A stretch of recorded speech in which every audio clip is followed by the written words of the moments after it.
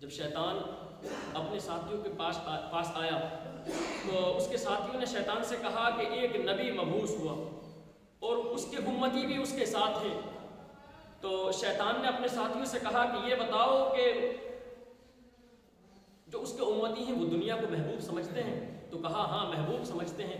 تو کہا اگرچہ وہ چاہے بتوں کو نہ پوجے تو نہیں پوجے، لیکن اگر وہ دنیا کو محبوب سمجھتے ہیں تو ہم انہیں 3 چیزوں میں ضرور پھنسا لیں گے، اور 3 چیزوں سے ہم انہیں جو ہے برباد کر ڈالیں گے اور گمراہی کی طرف دھکیل ڈالیں گے۔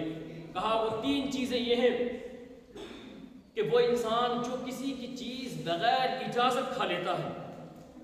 تو پہلی برائی کی بنیاد یہ ہے کہ آج ہمارا بھی یہ حال ہے کہ جب ہم بازار جاتے ہیں تو اس کی چیز بغیر اجازت کھا لیتے ہیں، پھر اس سے بعد اس سے جو خرید کا سودا کیا جاتا ہے، اس سے خرید اور فروخت کی بات کی جاتی ہے، پہلے اس کی چیز بغیر اجازت اپنے جسم کا اندر اتار لیتے ہیں۔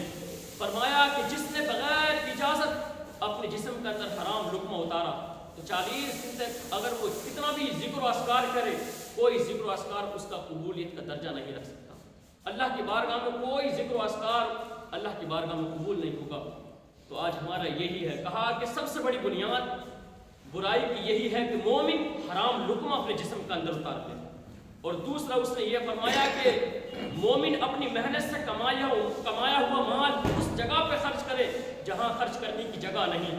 کہا کہ وہ شراب پیے، اسے پینے کی اجازت نہیں۔ کہا کہ وہ زنا کرے، اسے زنا کرنے کی اجازت نہیں۔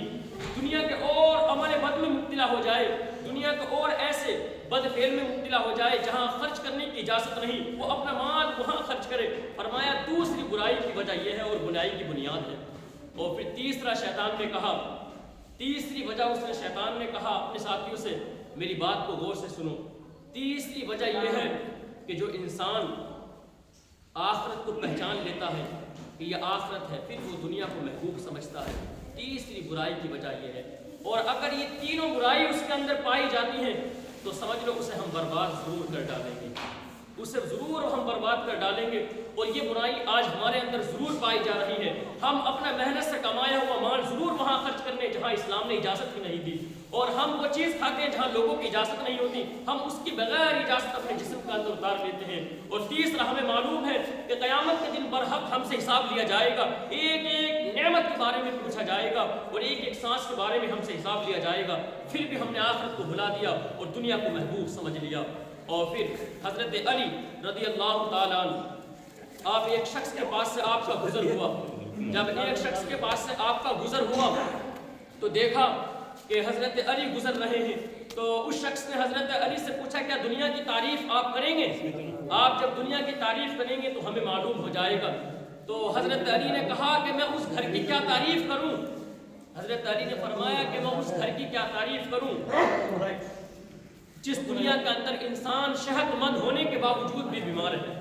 فرمایا کہ میں اس دنیا کی کیا تعریف کروں جس میں انسان زندہ ہے، ایک دن اسے موت آنی ہے۔ کہا کہ میں اس دنیا کی تعریف کروں جس میں محنت سے کمائے ہوئے مال پر حساب لیا جائے گا، اور میں اس دنیا کی کیا تعریف کروں جس پہ حرام طریقے سے مال کمائے ہوئے پر عذاب دیا جائے گا۔ دنیا کی حقیقت تو یہ ہے۔ حضرت علی سے پھر یہی سوال دہرایا گیا، کہا کہ آپ پھر اس کو وضاحت کریں۔ کہا کہ میں وضاحت کے ساتھ بیان کروں یا مختصر بیان کروں؟ کہا کہ آپ 2 جملوں میں دنیا کی تعریف کر دیں۔ کہا کہ دنیا کی تعریف تو یہ ہے کہ جب انسان محنت و مشقت سے مال گھر لے کر آتا ہے، اور پھر جب گھر لے کر آتا ہے تو اللہ کا حکم ہوتا ہے ہمیں اس کا بھی حساب تم سے لینا ہے۔ اور پھر فرمایا کہ جو حرام طریقے سے مال کو اپنے پاس رکھتا ہے، پھر حکم دیا جاتا ہے کہ قیامت کے دن تمہیں عذاب دیا جائے گا اس لیے کہ تم نے دنیا میں جو مال کمایا وہ حرام طریقے سے کمایا ہے۔ کہا کہ دنیا کی حقیقت یہ ہے کہ انسان محنت سے مال کمائے تب اسے جو ہے حساب لیا جائے گا، اور حرام طریقے سے کمایا جائے تو اسے عذاب دیا جائے گا۔ تو دنیا کی یہ حقیقت ہے۔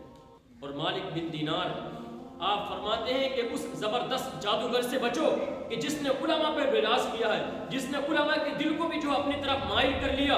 تو کسی نے پوچھا کہ مالک بن دینار وہ کون سا زبردست جادوگر ہے کہ جس نے علماء کے دل کو بھی اپنی طرف کھینچ لیا؟ آپ نے فرمایا کہ وہ دنیا ایسی جادوگر دنیا ہے کہ جس نے علماء کو بھی اپنی طرف کھینچ لیا۔ اور علماء کی وہ زندگی ہوتی ہے کہ اللہ نے قرآن مجید کے اندر فرمایا انما یخشی اللہ من عبادہ العلماء، اگر مجھ سے کوئی ڈرتا ہے تو وہ میرا علماء ہے۔ فرمایا کہ ان علماء کو بھی جو ہے دنیا نے اپنے طرف کھینچ لیا، ان پہ ایسا جادو چلایا کہ انہیں گمراہی کی طرف دھکیل دیا۔ تو یہ دنیا کی حقیقت ہے جسے ہم نے محبوب سمجھ لیا، اور آج ہم اسے اتنا محبوب سمجھتے ہیں کہ ہمارے لیے اللہ نے مثالیں بھی بیان کر دی۔ جس قوم نے اس دنیا کو محبوب سمجھا تو اللہ نے اس قوم کو ہلاکت و بربادی کی طرف دھکیل دیا، ان کی بستیوں کو پلٹ دیا، اور آج ہم نے ہی اسے محبوب سمجھ لیا، اور اس دنیا کو ہم اتنا محبوب سمجھ رہے ہیں، سوچ رہے ہیں کہ بس یہی دنیا ہمارے لیے سب کچھ ہے، اور یہ دنیا تو ہمارے لیے کچھ بھی نہیں ہے۔